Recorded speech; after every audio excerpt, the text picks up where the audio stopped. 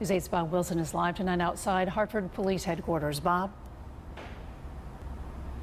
Yeah, you know what? Police under Chief Ravella have come up with a new policy here in Hartford to try and release controversial video as soon as they can, within 12 hours if possible. They meet with community members in an officer-involved shooting or an officer-involved tasing.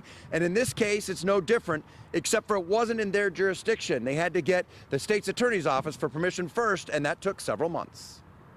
It's difficult to watch. The Hartford Police Department releasing the video of a suspect on the ground in handcuffs being kicked in the head by one of their officers. It happened in June after a high-speed chase where the suspect ran over an officer and then rammed a police cruiser.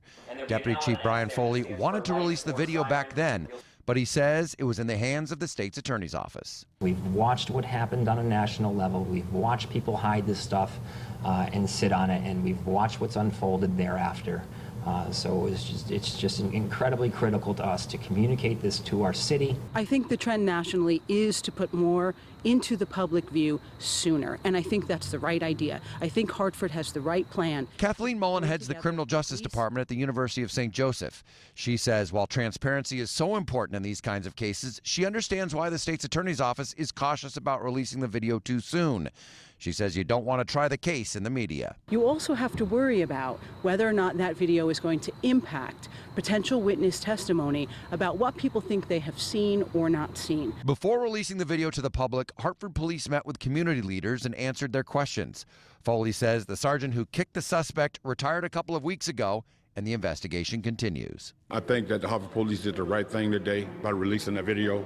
I just wish that the state attorney's office would have been more lenient so they could got that news out right away. They're trying to be transparent, and we're trying to work with them.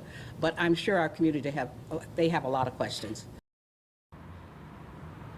And a lot more to be answered, as there could be more officers implicated in this, maybe for not doing anything and just watching this happen. We'll have to wait and see how that plays out. But Chief Foley says their internal investigation is going on forward, the state's attorney's office going forward as well, and they wanted to make sure, the Hartford Police Department did, that this is investigated outside of their department so they could be honest and trusted, and it wasn't the police investigating the police.